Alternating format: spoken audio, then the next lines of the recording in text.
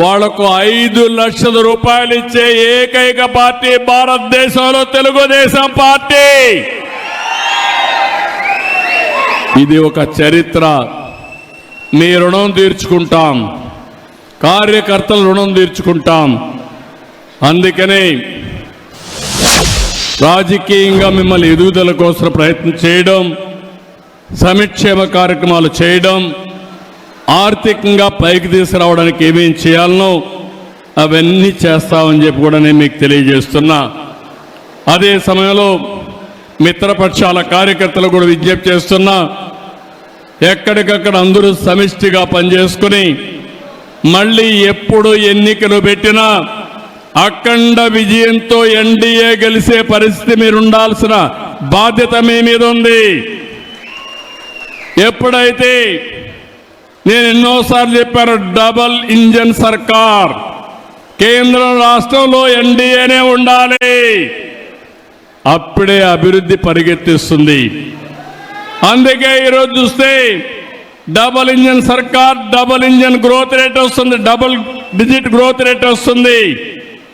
2 ప్రభుత్వాలు కలిసాం, పనులు చేశాం, 13% అభివృద్ధి జరిగే పరిస్థితి వచ్చింది. జిఎస్టిపి వచ్చింది.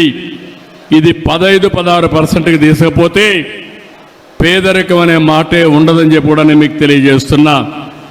నాకు ప్రాణ సమానమైన తెలుగుదేశం పార్టీ కుటుంబ సభ్యులందరినీ మరొక్కసారి కోరుతున్నా, మీరందరూ కూడా ఇలాంటి ఎన్టీ రామారావు గారి యొక్క 29వ వర్ధంతి సభలో ఒక సంకల్పం చేయాలి.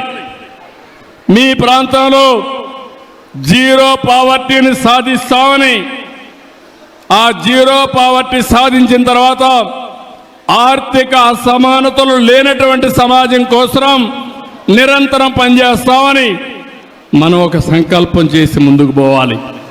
ఇది సాధ్యం. చాలామందికి అనిపిస్తుంది, నేను ముందు మాట్లాడితే, ఒకప్పుడు ఐటీ మాట్లాడితే నన్ను ఎగతాళి చేశారు, సెల్ ఫోన్ మాట్లాడితే ఇదేంటన్నారు, సెల్ ఫోన్ తిండి పెడుతుందన్నారు.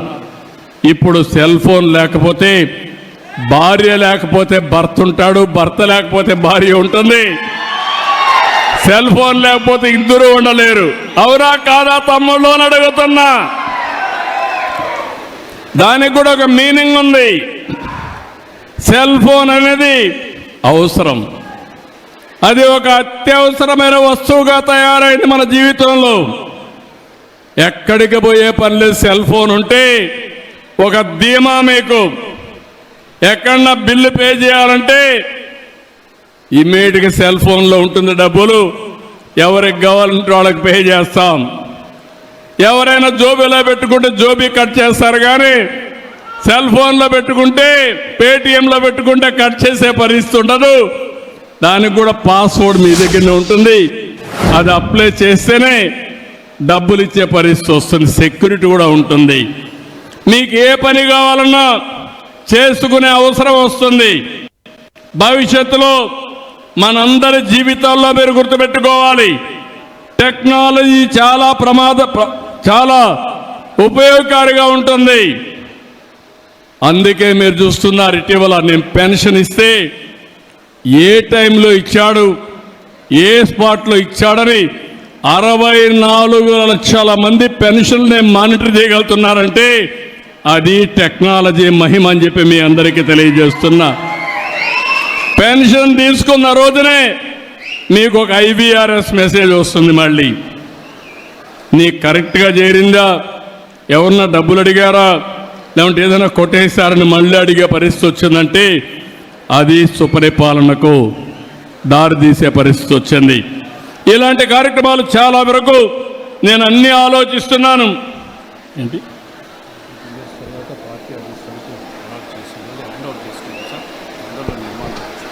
ఈరోజే మీరు చూస్తే ఇంకొక శుభవార్త కూడా, 5-6 సంవత్సరాలుగా మన వాళ్ళు చాలా కష్టపడి శ్రీనివాసరెడ్డి గారి నాయకత్వంలో కడపలో మనకంటూ సొంత ఇల్లు కట్టుకుంటున్నాం, పార్టీ ఇల్లు కట్టుకుంటున్నాం, పార్టీ ఆఫీసు కట్టుకుంటున్నాం.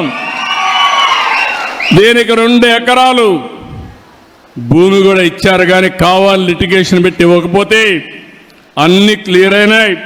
నేను ఒకటే ఆదేశిస్తున్నా, 18 నెలల్లో పార్టీ ఆఫీసు పూర్తి చేసి మళ్ళీ ప్రతి ఒక్క కార్యకర్త కడపకు వస్తే సొంత ఇంటికి వచ్చి ఒక కాఫీ తాగే విధంగా 6 months ఓకే. నేను పూర్తిగా చేయాలంటే 18 నెలలను మోడర్న్ టెక్నాలజీ ఉపయోగిస్తానంటున్నాడు. 6 నెలల లోపలనే పూర్తి చేస్తానంటున్నాడు. ఈరోజు జనవరి, ఆగస్టు 15 లోపల పూర్తి చేస్తాడు.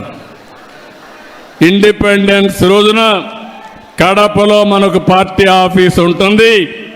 అది శ్రీనివాసరెడ్డి ఇచ్చిన హామీ, అది నెరవేర్చుకునే విధంగా వేదికపై నుండే నాయకులందరూ పనిచేయాలని కోరుకుంటూ, తెలుగుదేశం పార్టీ ఒకటే హామీ ఇస్తున్నా.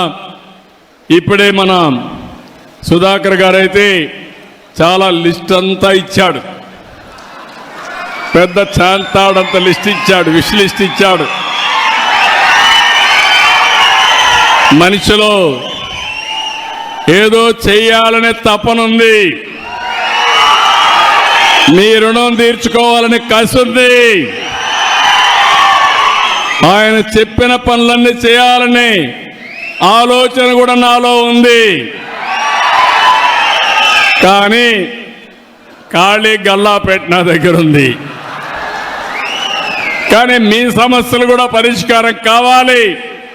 ప్రాధాన్యత క్రమంలో అన్ని సమస్యల్ని పరిష్కారం చేసే బాధ్యత మేము తీసుకుంటామని మరొక్కసారి మీ అందరికీ హామీ ఇస్తున్నా. ఈరోజు నేను ఇక్కడికి వచ్చింది స్వచ్ఛ ఆంధ్రప్రదేశ్ని ప్రతి 3వ శనివారం మనమందరం అమలు చేయాలని వచ్చాను. స్వర్ణాంధ్రప్రదేశ్ లాంచ్ చేశాను. ఆ స్వర్ణాంధ్రప్రదేశ్ కోసం స్వచ్ఛ ఆంధ్రప్రదేశ్ కూడా అవసరం. అది కూడా మైదుకూరులో ప్రారంభించడం నా అదృష్టంగా నేను భావిస్తున్నా. అలాంటి మైదుకూరులో ఒక పవిత్రమైన కార్యక్రమానికి శ్రీకారం చుడుతున్నాం. ఇది అవుతానా మీటింగ్కి వెళ్తున్నాం. ఆధునికమైన పరిజ్ఞానాన్ని ఉపయోగించుకుందాం. పరిశుభ్రమైన వాతావరణాన్ని క్రియేట్ చేస్తాం. నేను అందుకే ఒక మాట చెప్తున్నాను, పరిశుభ్రమైన వాతావరణం అంటే మనం ఉండే ప్రాంతాలే కాదు, ముందు మన మైండ్ పరిశుభ్రంగా ఉండాలి, ప్యూరిఫికేషన్ ఆఫ్ మైండ్ ఉండాలి. గంజాయి తాగేసి పరిశుభ్రం అంటే ఒళ్ళంతా కుళ్ళిపోయిన తర్వాత లాభం లేదు. అదే మాదిరిగా రోగాలన్నీ వచ్చి మనం బయట వాళ్ళకు నీతులు చెప్తే ఎవరు నమ్మరు.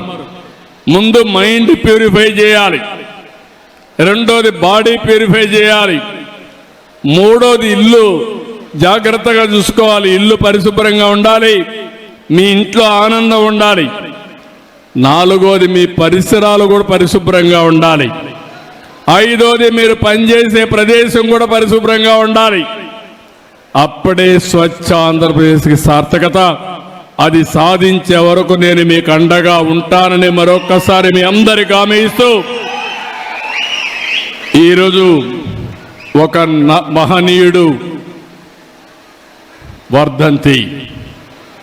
ఈ వర్ధంతి మనకందరికీ స్ఫూర్తి నింపే రోజు. ఎప్పటికప్పుడు ఈ స్ఫూర్తి మన జీవితాల్లో వెలుగు తేవడానికి అనునిత్యం మనం ఆలోచించుకొని పునరంకితం కావాల్సిన అవసరం ఉంది. దానికి మీరందరూ ముందుకు రావాల్సిందిగా మరొక్కసారి అందరినీ కోరుకుంటూ, ఈరోజు నా కుటుంబ సభ్యులతో ఈ 1 గంట గడిపిన దానికి ఎంతో ఆనందంగా ఉంది. ఈరోజు మన నాయకుడు ఎన్టీ రామారావు గారికి ఆ పేరు వచ్చిందంటే, నేను ఈరోజు నిలబడుకొని ధైర్యంగా ఇవి చేశానని చెప్పగలిగానంటే దానికి కారణం తెలుగుదేశం పార్టీ కార్యకర్తలు. భుజాలు అరిగే విధంగా తెలుగుదేశం పార్టీ జెండా మోశారు. ఎవరైనా చంపుతా ఉంటే ప్రాణాలు కూడా లెక్క పెట్టుకోకుండా తెలుగుదేశం పార్టీ జెండా మోశారు. ఇక్కడి ప్రొద్దుటూరులో నందం వెంకట సుబ్బయ్య ఇప్పటికి కూడా నాకు జ్ఞాపకం ఉన్నాడు. ఒక అవినీతి పైన పోరాడితే ఆ రోజు జరిగిన దారుణం మనం చూస్తే బాధేస్తుంది. కానీ అలాంటి వారి స్ఫూర్తి మనలో ఉంది. ఆ కార్యకర్తల స్ఫూర్తి ఈరోజు తెలుగుదేశం పార్టీకి శ్రీరామ రక్ష. మీకు శాశ్వతంగా రుణపడున్నా. నేను ఎన్ని జన్మలెత్తి మీకు సేవ చేసినా మీ రుణం తీర్చుకోలేను. కానీ ఒకటే మీరు గుర్తుపెట్టుకోండి, నేను ఏ పని చేసినా ప్రజలకు ఏమని జరగాలన్నా ముందు మిమ్మల్ని గురించి ఆలోచించి నిర్ణయాలు చేస్తారని కూడా మీ అందరికీ తెలియజేసుకుంటూ, మీరు నేను కలిసి ఈ రాష్ట్రాన్ని ఒక స్వర్ణాంధ్రప్రదేశ్గా తయారు చేద్దాం. ఆ స్వర్ణాంధ్రప్రదేశ్ దేశానికే కాకుండా ప్రపంచానికి ఒక ఆదర్శంగా ఉండే విధంగా చేద్దామని చెప్పి తెలియజేసుకుంటూ, ఈరోజు మీరు చూపించిన అభిమానానికి కార్యకర్తలందరికీ శిరస్సు వంచి ఎన్టీ రామారావు గారి వర్ధంతి సభలో పాదాభివందనం చేస్తూ మీ అందరి దగ్గర సెలవు తీసుకుంటున్నా. జై హింద్, జై తెలుగుదేశం.